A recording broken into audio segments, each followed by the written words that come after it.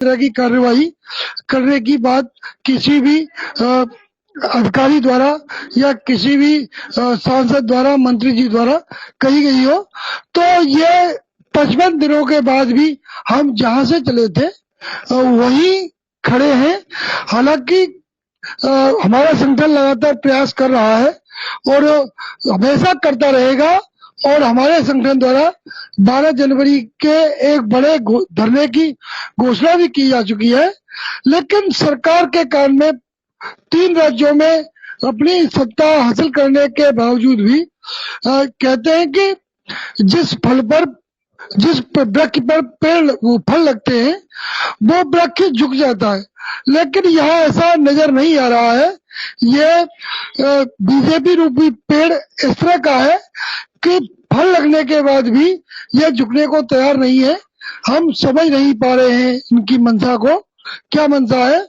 और सर, आज एक घोषणा महानिदेशक महोदया द्वारा हुआ है कि जो लैपटॉप द्वारा जो उपस्थिति लखनऊ मंडल के 10 जनपदों में कर रही थी, उसको पूरे प्रदेश में जारी करने का आदेश जारी कर दिया गया है। आज अभी कुछ समय पहले मैंने पत्र पढ़ा आपकी डिबेट में आने से पहले।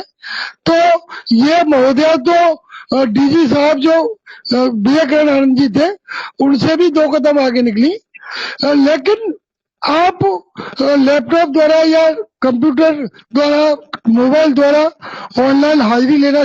नमस्कार साथियों, स्वागत है आप सभी का आज के इस नए वीडियो में। ये वीडियो आप सभी शिक्षा मित्र साथियों के लिए काफ़ी ज़्यादा महत्वपूर्ण एवं काफ़ी ज़्यादा हेल्पफुल होने वाली है। इस वीडियो के माध्यम से आप सभी के बीच में हाल ही के अंदर की एक बड़ी खबर साझा करेंगे। ये खबर आप सभी के लिए काफ़ी ज़्यादा महत्वपूर्ण है, तो सभी साथी वीडियो को पूरा देखें। चैनल को अभी तक आपने सब्सक्राइब नहीं किया है, आप इसे सब्सक्राइब भी कर लें। अब चलते हैं अपडेट पर। चाहते हैं उसका स्वागत है, लेकिन उस स्वागत से पहले आप हमें भी तो उस योग्य बना दीजिए कि हम आपके साथ कंधे से कंधा मिलाकर चल सके। आप जब भी कोई आदेश करना होता है शासन स्तर से तो आप तुरंत कर देते हैं, लेकिन जब मानदेय की बात आती है, जब शिक्षा मित्रों या निदेशकों की समस्याओं की चर्चा होती है, तो माननीय डीजी साहब या माननीय महोदया डीजी साहब द्वारा केवल एक शब्द कहा जाता है कि ये कार्य शासन का है। जब आप कोई भी आदेश शासन से करते हैं तो उसका आदेश आप क्यों माननीय मुख्यमंत्री जी से नहीं लेते, क्यों कैबिनेट द्वारा पारित नहीं करा पाते।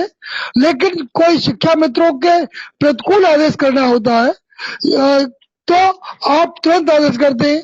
जिस तरह से कि जब 2021 में जब शिक्षा मित्रों ने एक दिन 16 जून को विद्यालय जाने से इनकार कर दिया, संदेशकों ने इनकार कर दिया, तो माननीय डीजी साहब द्वारा एक दिन पूर्व का आदेश जो एक दिन बाद जारी किया और उस आदेश को 15 जून को ही जारी कर दिया। तो जब आप आदेश बनाते हैं तो कम से कम जो समस्याएं शिक्षा मित्र और अनुदेशक जूझ रहे हैं जिन समस्याओं से, उनका भी तो निराकरण करना आपका परम दायित्व बनता है, परम कर्तव्य बनता है।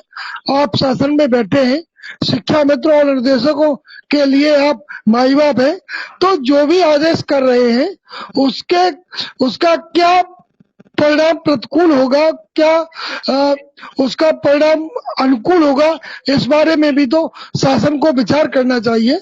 और विचार करने के बाद ही कोई आदेश शासन स्तर से शिक्षा मित्र और निदेशकों के लिए जारी करना चाहिए।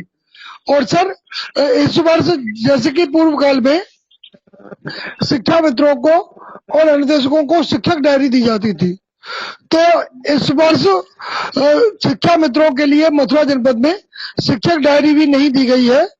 अब वो कितना सही है कितना गलत है ये तो हम नहीं कह सकते, लेकिन मुख्य धारा से शिक्षा मित्रों को जिस तरह से अलग किया जा रहा है, जिस तरह से उनकी अनदेखी की जा रही है, वो भविष्य के लिए मेरे हिसाब से सुखद रही है।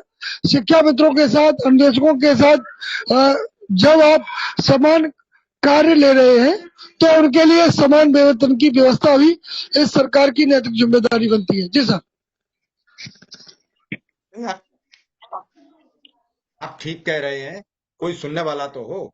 समान कार्य, समान वेतन, समान अधिकार, ये सब भाजपा के हवा में खेल होते हैं या सत्ताधारी दलों के हवा में खेल होते हैं। समान कार्य और समान वेतन, समान व्यवस्थाएं, ये सब चीजें अलग हैं। आज आप देख रहे हो लोगों में चर्चा है कि एक आम विधायक को सीएम बना दिया गया।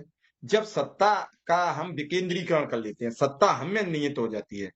भाजपा यहाँ एक बड़ा गेम खेल गई है। आज ये सत्ता आरएसएस और नरेंद्र मोदी और अमित शाह में निहित है।